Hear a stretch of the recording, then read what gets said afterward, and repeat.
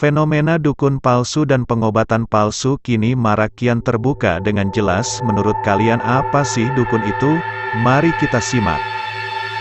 Dukun atau orang pintar adalah istilah yang secara umum dipahami dalam pengertian orang yang memiliki kelebihan dalam hal kemampuan supranatural yang menyebabkannya dapat memahami hal tidak kasat mata serta mampu berkomunikasi dengan arwah dan alam gaib, yang dipergunakan untuk membantu menyelesaikan masalah di masyarakat, seperti penyakit, gangguan sihir, kehilangan barang, kesialan, dan lain-lain.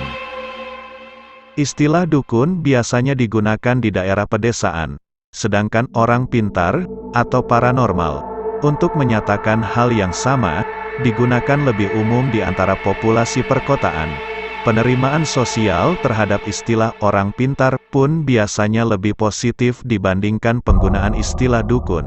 Sebab, meskipun memiliki persamaan karakteristik dengan dukun dalam hal bantuan yang diberikan, merujuk pada penggunaan istilah orang pintar, biasanya tidak meminta imbalan atas jasa yang diberikan, dan tidak seperti tipikal dukun dalam penggunaannya secara istilah. Keberadaan orang pintar di dalam masyarakat tidak berbeda dengan anggota komunitas lainnya. Selain menarik bayaran untuk keuntungan pribadi serta kurang berinteraksi dan berbaur dengan komunitas masyarakat, konotasi negatif yang muncul apabila istilah dukun yang digunakan, yaitu cenderung bersifat oportunistik dan menjalani praktik-praktik tidak bermoral, dengan dalih sebagai bagian dari treatment. Dukun dalam pengertiannya yang asli dan tidak dibedakan dari istilah orang pintar, mempunyai peranan signifikan dalam masyarakat. Adanya pengobatan medis modern dan asuransi kesehatan, terutama di daerah pelosok, tidak dapat menyingkirkan eksistensi pengobatan alternatif melalui dukun. Penyembuhan penyakit secara non-medis tersebut masih dipraktikkan dan masih menjadi pilihan utama masyarakat karena lebih murah dan lebih mudah. Di Kediri, dukun yang membantu menyembuhkan penyakit sangat dibutuhkan dan dihormati di masyarakat, sehingga mereka memegang peranan sosial yang cukup penting. Para pasien yang datang untuk berobat ke sana tidak hanya terbatas dari dalam Kediri saja, tetapi juga dari luar Kediri, hingga luar provinsi, bahkan luar Pulau Jawa. Di samping peran signifikannya, keberadaan dukun seringkali menjadi kontroversi. Berdasarkan hasil penelitian tentang fenomena dukun yang dilakukan di Madura, dapat diketahui bahwa melalui dukun adalah salah satu strategi yang digunakan untuk mendapatkan kedudukan sosial, ekonomi, dan politik di masyarakat. Penggunaan kekuatan yang berasal dari sumber gaib sebagai cara terpenting maupun sebagai cara alternatif untuk mencapai keinginan dan tujuan pribadi secara seketika, yang mana agama tidak menjanjikan keinstanan tersebut, telah ada di Madura sejak bertahun-tahun lalu. Hal-hal pribadi yang diinginkan melalui perantara kekuatan gaib itu meliputi keinginan meningkatkan kedudukan sosial, mencapai kuota dan target bisnis, kemajuan karir, kesuksesan pendidikan, kesehatan, hingga asmara. Beberapa orang Madura mengidentifikasikan diri sebagai Muslim dan mengamalkan ajaran serta kepercayaan agama, tetapi pada saat yang sama melibatkan diri dengan aktivitas yang berhubungan dengan alam gaib yang tidak diperbolehkan dibenarkan dalam agama dan kepercayaan tersebut. Dukun dan perdukunan merupakan suatu dilema. Pada satu sisi dipandang sebagai profesi dan aktivitas yang kotor, tetapi pada sisi yang lain setidaknya memainkan peran dinamis dalam sistem sosial, budaya, dan hubungan politik, dalam terminologi yang oleh sosiologis Perancis, Pierre Bourdieu, sebut sebagai cultural capital, yang diakumulasikan untuk mendominasi masyarakat. Istilah dukun yang populer di daerah pedesaan itu pada perkembangannya menjadi jarang digunakan. Sebagai gantinya digunakan kata yang lebih halus atau yang lebih mengindikasikan orientasi keagamaan seperti ki atau aki, abah, haji, kiai, atau ustaz, agar secara konsensus sosial tidak berbahaya, sehingga dapat mengganggu aktivitas atau kebutuhan mereka.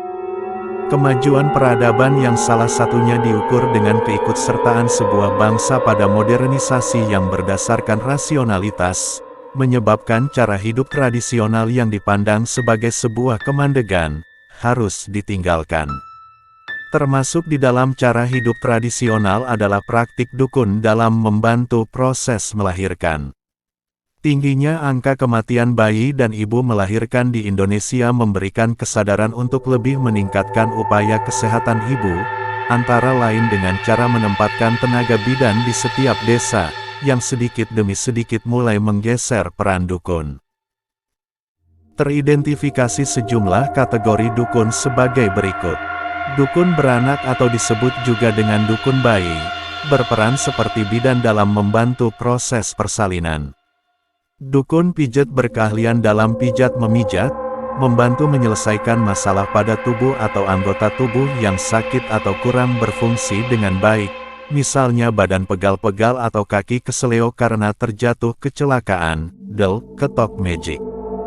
Dukun parewangan, dukun suwuk atau disebut juga dengan cenayang, dapat bertindak sebagai medium perantara agar dapat berhubungan dengan makhluk gaib, alam gaib, di samping keahlian utama dalam mengobati berbagai macam penyakit, mulai dari penyakit fisik, mental, spiritual, dan juga yang berkaitan dengan aspek sosial. Dukun kalak membantu proses hitan. Dukun wiwit membantu pada ritual pemungutan hasil panen dan spesialis upacara ritual.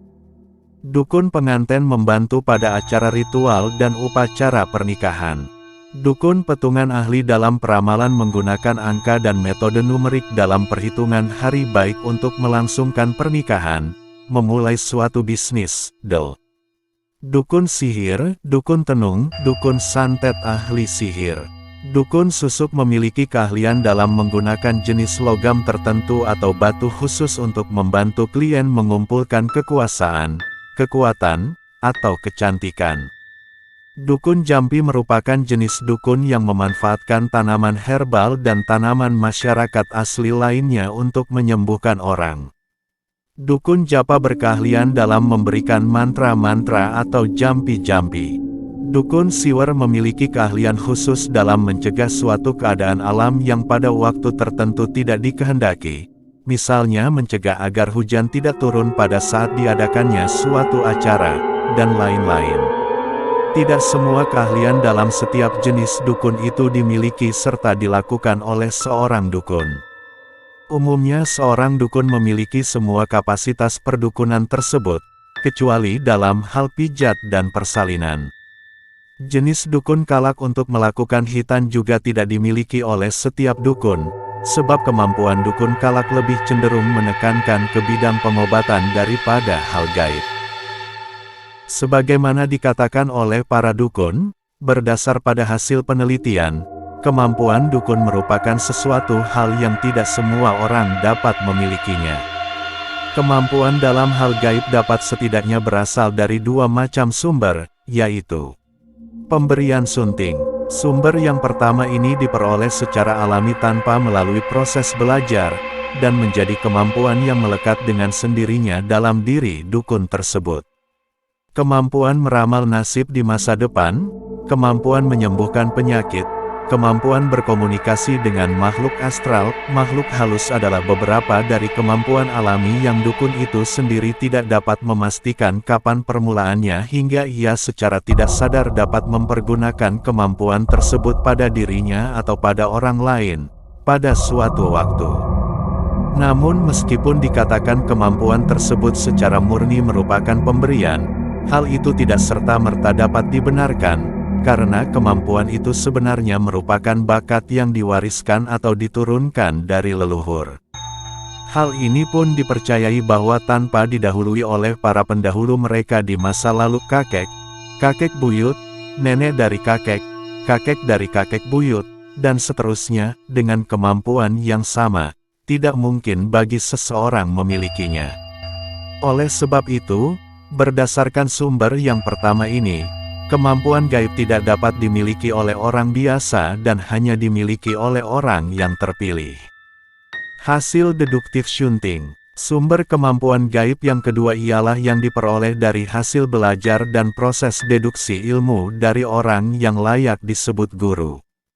Hal ini dipercayai beberapa orang dukun bahwa kemampuan gaib dapat dipelajari seperti ilmu-ilmu lain, dan dalam proses mempelajari ilmu gaib, seperti halnya mempelajari ilmu-ilmu yang lain, harus disertai dengan keinginan dan keteguhan hati, serta kepercayaan diri untuk menjadikannya usaha yang profesional. Namun, kemampuan gaib yang diperoleh dari hasil deduktif memiliki perbedaan kualitas dibandingkan dengan kemampuan yang bersumber dari pemberian. Kemampuan gaib hanya dapat ditransformasikan dengan cara yang terbatas dan hanya untuk kepentingan tujuan yang terbatas pula, tidak untuk segala kepentingan tujuan.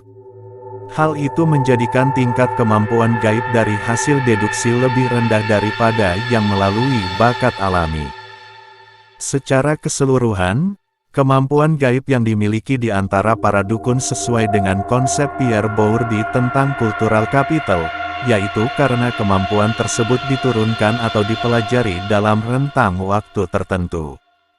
Konsisten dengan konsep tersebut, kurang tersedianya lapangan pekerjaan, kurangnya kapital atau modal, seperti pendidikan, keahlian, atau jaringan kebutuhan akan sumber ekonomi, faktor budaya, serta tingkat kompetisi dalam tatanan sosial dan politik, adalah apa yang merupakan field dari dukun.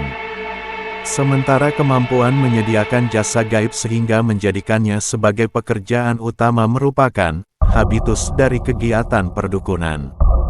Habitus dijelaskan sebagai suatu ingatan atau sejarah yang terlupakan, yang muncul sebagai respon atas ketidakpastian keadaan dan kondisi kompetitif pada field, yang memaksa dilakukannya strategi bertahan meski dengan segala konsekuensi dan konsensus yang ada, termasuk apabila strategi tersebut bertentangan dengan norma, nilai, serta sistem kepercayaan yang dianut. Di Indonesia, pemahaman mengenai ajaran agama diajarkan dari lingkung keluarga, sehingga pengetahuan apapun yang ada hubungannya dengan agama telah tertanam sejak masa anak-anak. Namun demikian, selain hal-hal agama, terdapat pula kebudayaan di Nusantara yang berada di luar konteks ajaran agama, yang dapat diketahui anak-anak, dan secara sadar atau tidak terselip ke dalam benak mereka. Selama waktu kebersamaan mereka dengan orang tua, anak-anak mampu menyerap berbagai perilaku dan dogma yang berlaku di masyarakat. Oleh sebab itu dalam mental anak-anak, tidak hanya ajaran agama yang melekat, tetapi termasuk juga unsur-unsur adat di luar ajaran agama. Berdasarkan hal itu, menurut hasil penelitian Bourdieu, terlepas dari apakah orang-orang di Nusantara ingat atau tidak, terkadang masih tersimpan kepercayaan animisme, dinamisme, serta pada hal-hal mistis, dan tetap menjaganya dalam perbuatan mereka, di samping menjalankan ajaran agama yang telah dianut. Itulah fakta sejarah dukun yang sudah kami rangkum.